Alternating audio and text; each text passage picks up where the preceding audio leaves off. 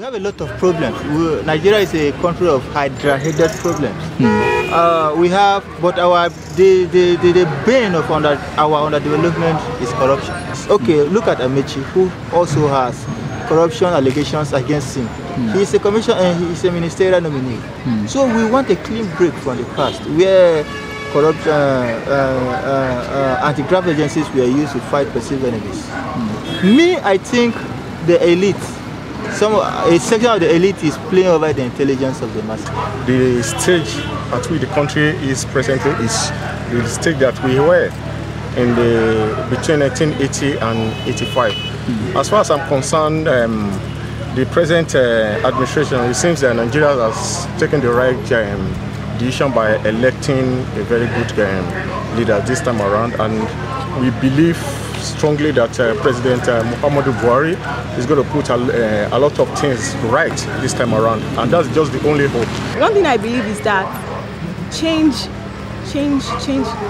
happens, and if we, the young leaders right now, can actually see this change, more like visualize and then work towards it, of course we will be able to get to the promised land, and that can only happen if we, the youth, right now begins to take our stand, you know, morals, belief, ethics, principles, and things like that.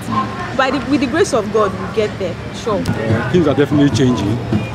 Of course, our political space is very complicated, but things are definitely changing. Let's take, for example, now our electricity. It has been stable for a while now. And some other things also like that are included. And we still hope that better things are still coming, that is going to bring more change to Nigeria. The bastardization of the economy, of the political space, of our mentality took so many years.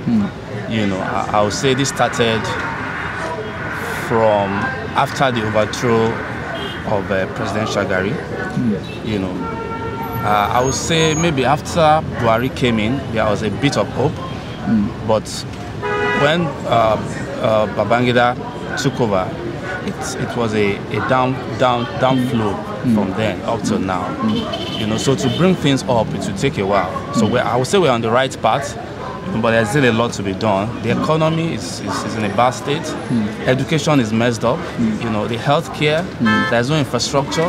You know, transportation. You know, so it's a whole 9 years of issues. You know, so we are on the right path, but we are still far from the promised land.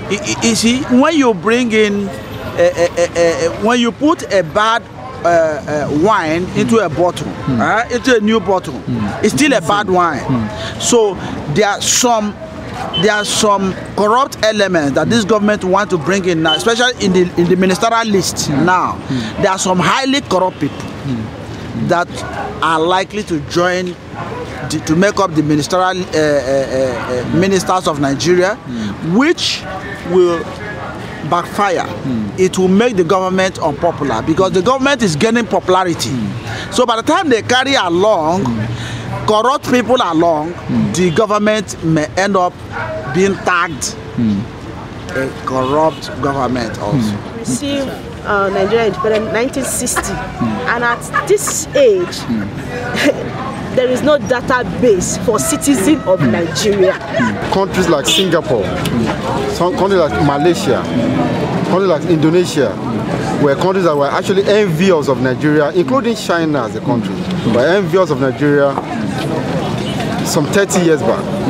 Unfortunately, Nigeria cannot even compete with any of these countries today. It begins from the leader, and thank God we've made the right choice, at least based on what we are seeing now. So at least I can say personally that we've made the right choice as a citizen. So at least I say if we are close to the promised land, because we really don't even know what the promised land is. But I think Nigeria is getting better. It's better from where it's coming from. If we look at the level of development, we might not say infrastructurally, but we can also say it in the sense that people are already gaining that mindset of moving from the level of mediocrity and accepting the status quo to the level of change.